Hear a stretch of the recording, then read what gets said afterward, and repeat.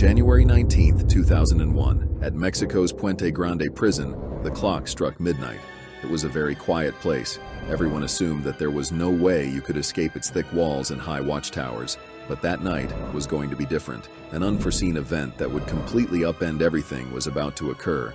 Through a cold, hard prison was Joaquín El Chapo Guzmán, the leader of a drug gang that sneaked in dangerous drugs, such as cocaine, heroin, and meth, across borders. Many feared him. He, however, was also known for his clever escapes and secret plans. His life was a constant suspense. Every moment was a cliffhanger waiting to be unfolded. Long before the prison bars, El Chapo's story began. Life in that small town in Mexico where he was born was simple but harsh. His family had work on farms and were not very rich. He was given a hard time in the fields by his father from a young age, carrying small baskets and learning the ways of the land with his father.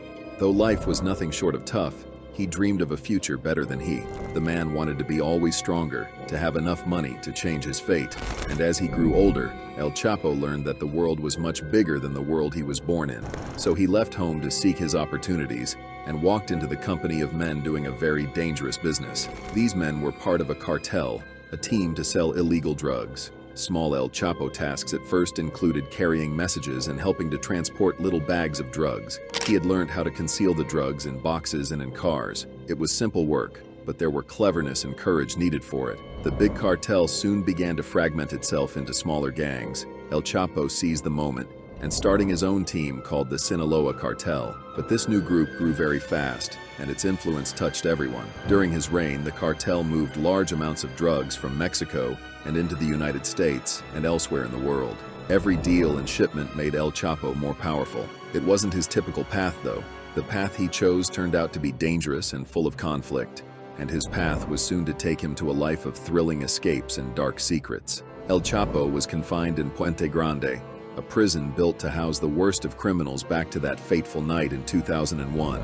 The walls of the prison were thick, and there were high towers and armed guards everywhere. No one thought that a man as dangerous as El Chapo could ever get out of such a place. With the help of some inside men, he had a secret plan. El Chapo had bribed several prison workers to assist him. One of those workers was a man named Cheeto. Cheeto's job was to push a large laundry cart every day to move dirty clothes around the prison. That night, when the stars were hidden by dark clouds, Cheeto did his usual job. But this time, the cart held a secret. Hidden beneath piles of filthy laundry, El Chapo squeezed himself into the cart. As the cart rumbled along the corridor, his heart pounded in his chest. Every sound seemed louder, and every step could be his last. When the cart reached the prison gate, a guard stopped it for a check. The guard's eyes were fixed on the heavy load of laundry, but Cheeto began to talk. His voice was calm as he told funny, light stories, distracting the guard with simple chatter. In that brief moment, the guard's attention wavered. The cart slowly started to roll out of the prison yard, and outside, a car was waiting. This car, not a police vehicle but one bought with secret money, whisked the cart away from the compound.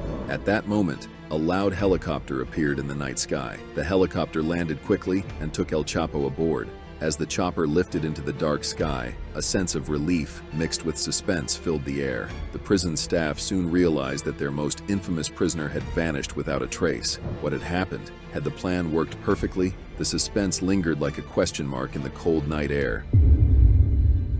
For many years after that night, El Chapo was like a shadow. The police searched high and low, but he was never seen. Instead, he lived in secret houses hidden in the mountains, always one step ahead of those who wanted to catch him.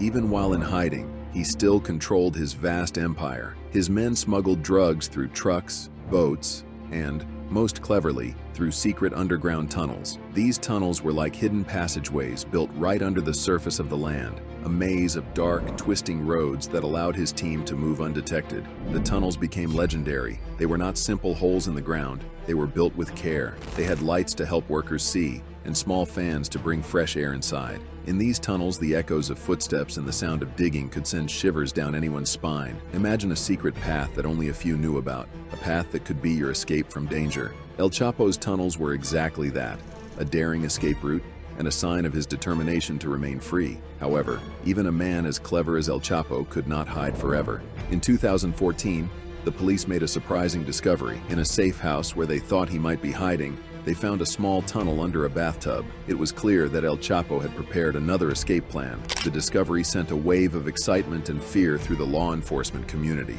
They wondered, had he been planning another escape all along? Before long, the police tracked him down 5 days later in a hotel in a beach town called Mazatlan. The capture was quiet. No explosions, no gunfire, but it was a big moment. They took him and sent him to a new prison called Altiplano. Altiplano was built to be the strongest prison of all, with double walls and strict rules. No plane could fly near it, and its guards were trained to be alert at all times. It seemed as if Altiplano would be the end of the road for El Chapo. But El Chapo was not ready to give up. Even in Altiplano, he still had ideas. He found a way to talk secretly to his friends outside. With careful words and hidden messages, he told them that he was not finished yet. Soon, his men began to dig another tunnel. This time, the tunnel started right from his cell and went all the way outside. It stretched about 1.5 miles. They installed lights and air vents to keep the tunnel working.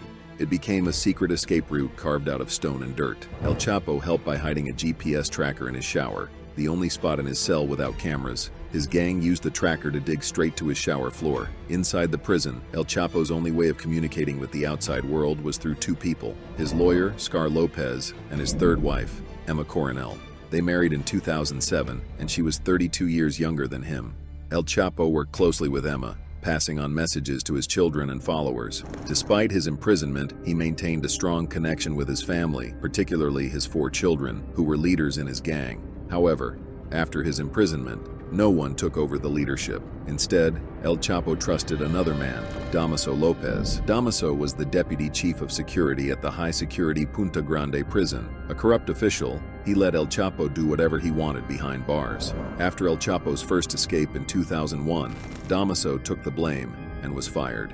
Struggling to find a new job, his friendship with El Chapo led him to join the cartel. Over time, Damaso worked his way up the ranks and became El Chapo's right-hand man. After El Chapo's second imprisonment, Damaso transitioned from being a prison official to the leader of the world's most powerful drug cartel. From inside his prison cell, El Chapo began sending secret messages through Emma to Damaso and his children. Desperate to escape before his extradition to the United States, Damaso, using his insider knowledge of the prison security, teamed up with El Chapo's children to devise a plan. They knew the only way out would be through a tunnel. El Chapo spent most of his time locked in his cell, allowed outside for just 1 hour a day. His cell was under constant surveillance, with cameras everywhere. A GPS tracker was also attached to his ankle. Despite the overwhelming odds, El Chapo remained determined. He knew escape seemed impossible, but he refused to give up. And in true El Chapo fashion, he knew the only way out would be through a tunnel. But the big question remained. Where would it start, and how would they dig it? The tunnel would have to begin outside the prison and lead directly into his cell, away from the eyes of the guards. On July 11, 2015, the moment came. El Chapo climbed into the tunnel. A small motorcycle cart waited for him, and he rode through the dark passage. Every minute in the tunnel was filled with suspense. Each turn could lead him to freedom or danger. The cart moved quietly, and soon, El Chapo was gone again. When guards checked his cell 40 minutes later, they found a hole in the floor. The news of his escape spread quickly, and once again the world was left in awe and disbelief. How could a man so wanted escape from the toughest prison in Mexico? Yet the thrill of escape was always followed by the fear of capture. The police didn't give up. They searched every corner of the mountains and every secret hideout where El Chapo might be. His freedom was like a high, exciting moment that was always at risk of falling. For 6 months, El Chapo hid in the mountains, but he got careless. In January 2016, the police finally found him again. They tracked him to a small house in a place called Los Mochis. There, a fierce battle broke out. The sound of gunfire filled the air, and everyone held their breath. In a dramatic chase, El Chapo tried to run away in a car, but this time the police were ready. They set up roadblocks and surrounded him. Despite his attempts to bribe the guards, the police did not let him escape. 4 officers caught him at a checkpoint. El Chapo tried to bribe them, but they refused. He shouted, "You'll regret this." But when his gang arrived to rescue him, they saw army trucks and helicopters. They ran away, leaving El Chapo trapped. His long chase came to an end as he was captured in a thrilling showdown that felt like the climax of a movie. After his capture in Los Mochis, the decision was made to send El Chapo to the United States. In a grand court trial, many witnesses came forward, and the story of his many escapes, secret tunnels, and dangerous deals was told in simple, clear terms.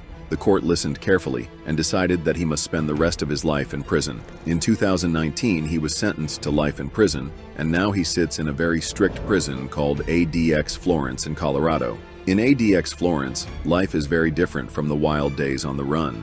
His cell is small and dark, and he spends almost all of his time alone, with guards watching him every minute. There are no secret tunnels or hidden cars in this place. The suspense of escape is gone, and all that remains is a long, quiet life behind cold, unyielding walls.